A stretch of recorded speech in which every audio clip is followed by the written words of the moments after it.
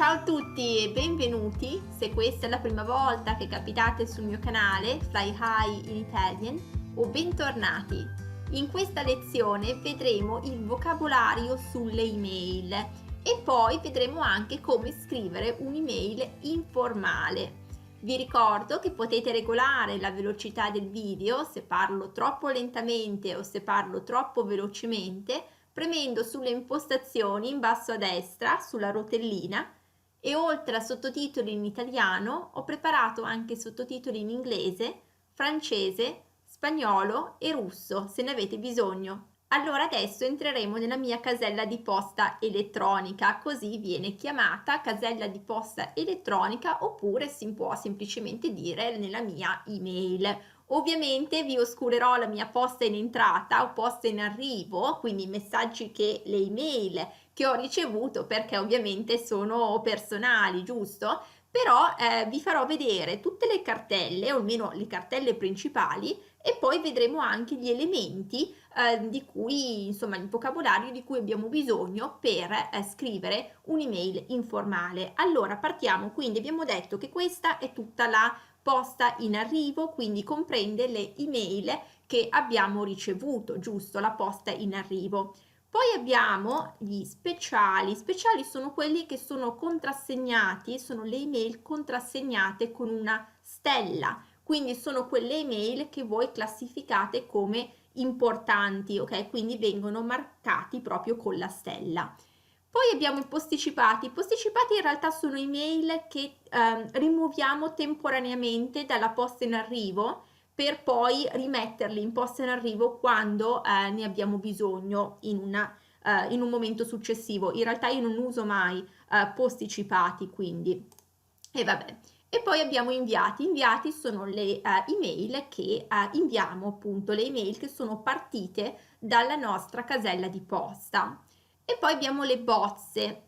Allora, le bozze sono quando iniziamo a scrivere un'email, per esempio, e non la terminiamo magari, Gmail la salva direttamente come una bozza, così che possiamo ritornarci a un momento successivo. O magari anche nelle bozze possiamo semplicemente salvare dei modelli di cui poi avremo bisogno anche per altre email. Possiamo salvare magari non consiglierei salvare delle password o cose varie, però ecco, o dati personali, però possiamo salvare delle informazioni che magari utilizziamo spesso nelle nostre email, ok? Quindi questo per le bozze. Poi abbiamo altro, allora altro, cosa c'è in altro? Importanti, chat, c'è la spam.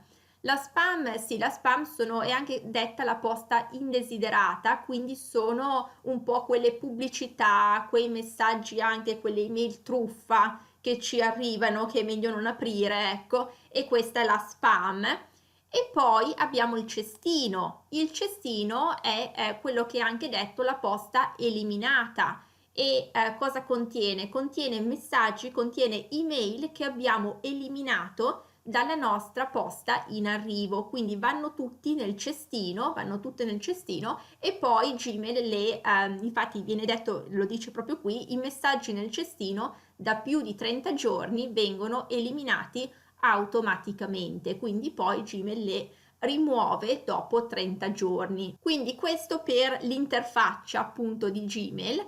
E adesso andiamo un po' a scrivere, quindi clicchiamo su scrivi e vediamo un po' come si scrive un'email informale, ok? E partiamo un po' con gli elementi prima che dobbiamo compilare per scrivere un'email. Quindi abbiamo A, cosa mettiamo in A? In A mettiamo il destinatario dell'email, ok? Quindi mettiamo che sto scrivendo un'email per una mia amica, Sara. Allora, Sara Rossi, @gmail.com, ok? Quindi sara.rossi, quindi chiocciola, gmail.com, ok? Quindi chiocciola e punto, qui da ricordare come vocabolario. E poi abbiamo anche CC e CCN. Cosa sono questi? CC è la coppia conoscenza. Coppia conoscenza in realtà per un'email informale non l'ho mai neanche usata, ecco, sinceramente. Si utilizza più per un'email formale cui magari mettiamo in ufficio spesso, magari mettiamo il capo se ha bisogno poi di essere aggiornato sulla corrispondenza tra i colleghi, per esempio, quindi copia conoscenza si usa per lo più in un contesto formale.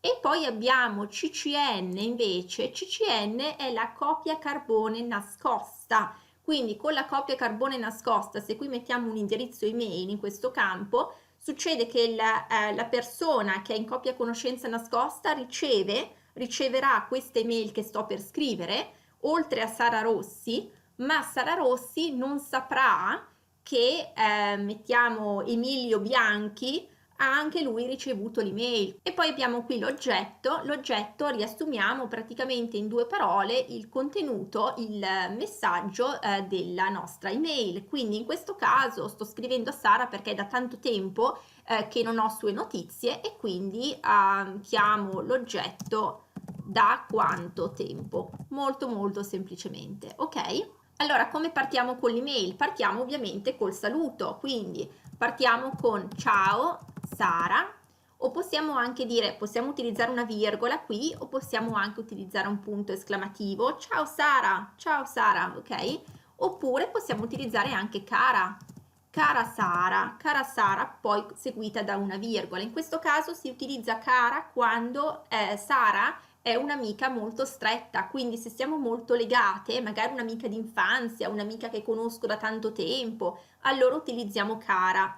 Ciao è un pochino più neutrale, quindi sì, potrebbe essere una nostra cara amica, però ciao è leggermente, un po' meno affettuoso, ok? Un pochino più, appunto, non c'è quell'affetto che è invece contenuto nel cara, ok? Quindi cara Sara o ciao Sara, e poi le chiediamo un po' come sta, giusto? Quindi come stai? E poi una piccola frase introduttoria, possiamo dire quanto tempo è passato dall'ultima volta che ci siamo sentite, dall'ultima volta che ci siamo sentite. Se invece Sara ci aveva scritto per prima e stiamo rispondendo alla sua email, allora la ringraziamo per la sua email, giusto? Quindi possiamo usare una di queste formule.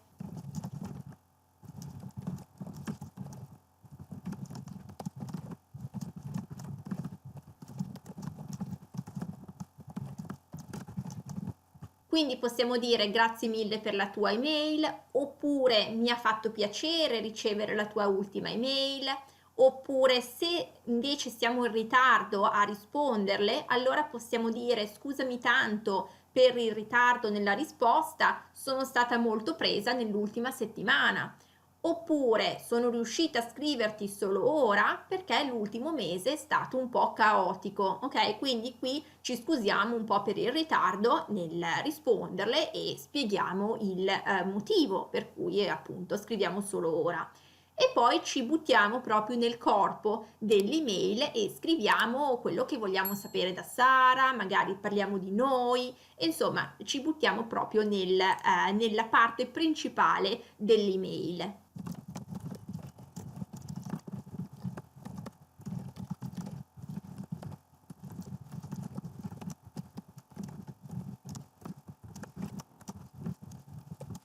Ok, quindi questo è il corpo della nostra email. Io sto bene, sempre il solito tram tram, casa e lavoro, ma tra poco io e James andremo qualche giorno in vacanza e non vediamo l'ora. Abbiamo proprio bisogno di un po' di tempo libero. Sono stati dei mesi davvero stressanti. E tu e Paolo, come va la vita in Giappone? Avete trovato lavoro entrambi? Vi siete ambientati bene? L'ultima volta che ci siamo sentite stavate per partire e adesso è passato già quasi un anno. Come passa veloce il tempo. Quindi, vedete, è proprio molto informale, quindi parlo di me, poi chiedo di loro, loro sono una coppia, anche loro, e chiedo come va la vita, come va, se hanno trovato lavoro, insomma, quindi questo per il corpo delle mail. E poi cosa facciamo prima di chiudere? Prima di chiudere in genere ci raccomandiamo che l'altra persona rimanga in contatto, ok?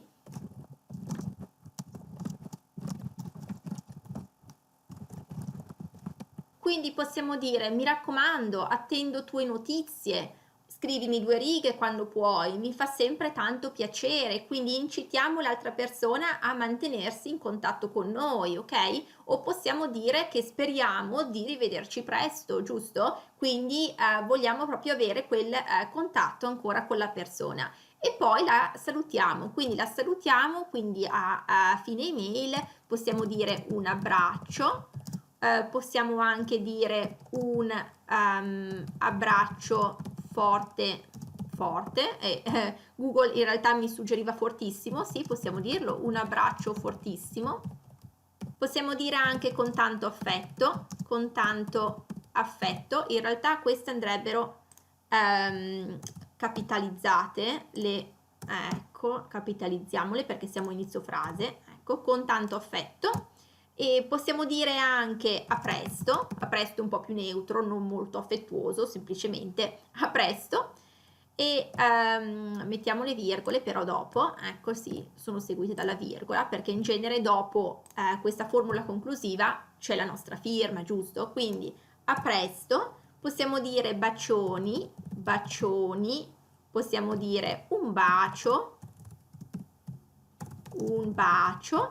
o possiamo dire anche così alla prossima, alla prossima.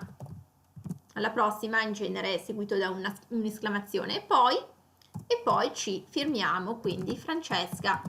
Quindi la firma col nostro nome solo, senza il nostro cognome, perché è un'email informale.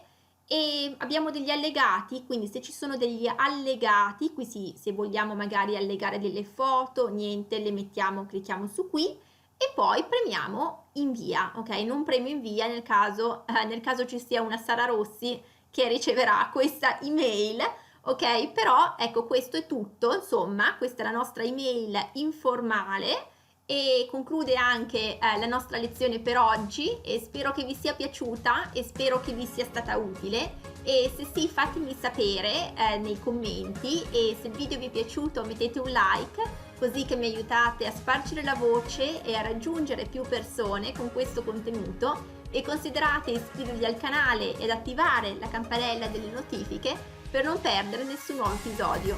Allora vi auguro una buona giornata, un buon proseguimento, continuate a seguirmi e alla prossima. Ciao ciao!